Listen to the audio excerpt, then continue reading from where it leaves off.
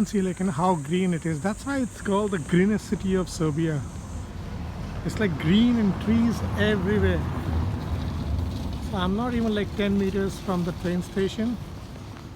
That's the train station over there, this building. And then you see it's all green. The first impression of the town is, I mean, it's really green, no doubt about it. But at the same time, it's totally dead. I guess, and then Sombor is like, the border is connecting to Hungary and also to Croatia. So that's why like it's very convenient and easy from Sombor to travel to like in any of these places. So this looks like a good structure. So as you can see, nothing in my front and no one in the back.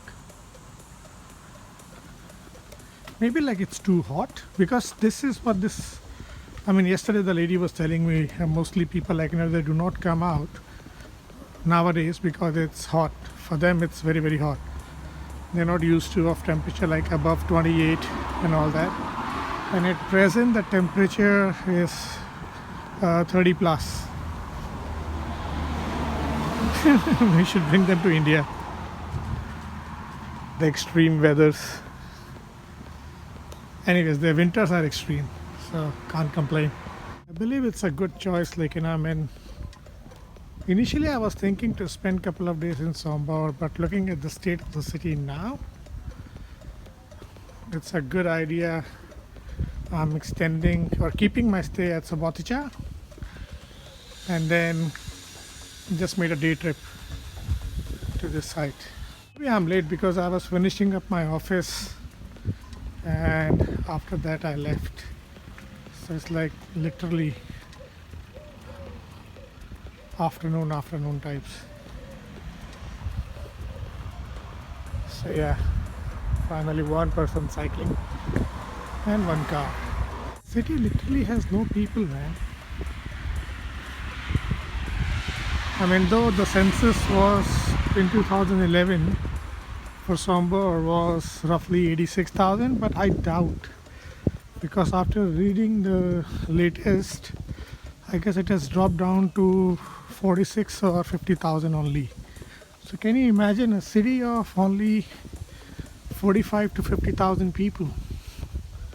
That's it.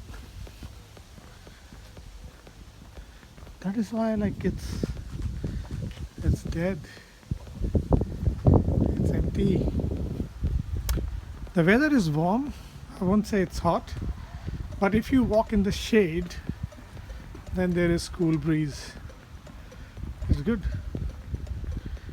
Weather is not that bad, but no one to spot. Can you imagine the street of Mihajlovo or Belgrade or Niš, or as a matter of fact Zlatibor? They all were like, where I went, they were like super busy towns and the cities. Subotica gave me this kind of a feeling yesterday, because at night around 8:39 when I was out, it was also very quiet except for the main street near Maxi, where I bought like a few of the food and fruits, milk and all that stuff I bought.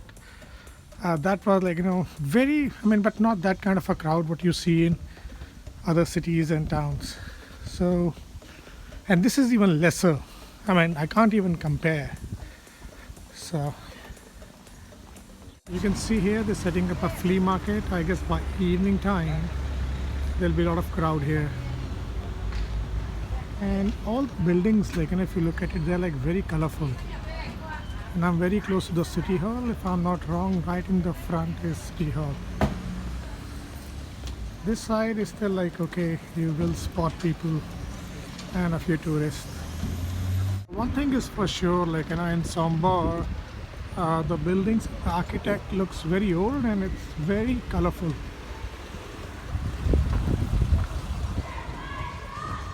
So this one is an old building. This is damaged as well. This may be some church. I'm gonna go in the return. was reading like the city hall is closed today. I'll just take it from outside. This is like very European lane, this one.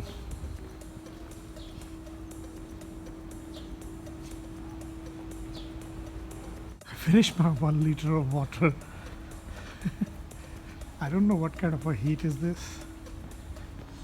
Sometimes it's because of the food also, because here all the food has got a lot of cheese and everything, so that maybe makes you more thirsty.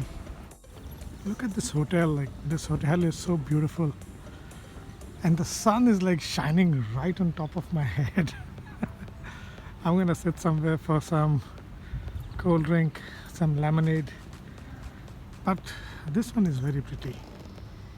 This deserves a photo. A lot of church I have found here. That reminds me of Vespa scooter in India. This one is another square, and I believe this is the main square.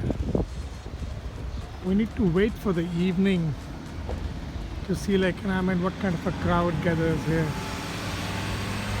So yeah, I'm gonna check this out. After that, I'm gonna check that green one at the back. I guess I was there, but still I'm gonna check it again. Then I'm gonna see these two green ones, and I guess after that everything is over. So I should be able to catch up the train, which is the earlier one, the 5:15. Here they're setting up a small flower market. Again, because it's very, like, hot right now. Nothing is around, so they're kind of setting it up. So by 5 p.m. I suppose this should be fully functional. But then I'm not gonna wait until that long because there is not much to see here. So I'm gonna go back to, so you can see all these beautiful flowers. Nice.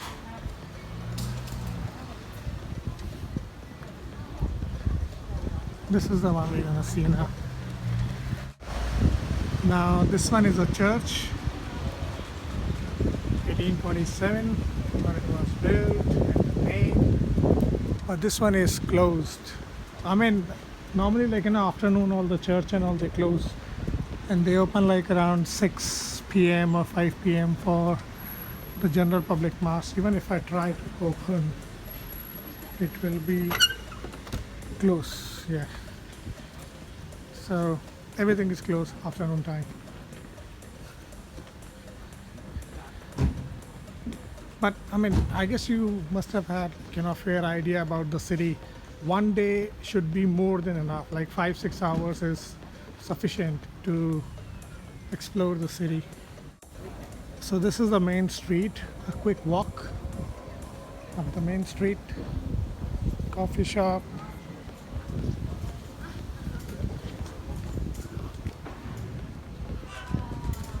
Is it open or closed? Let me see.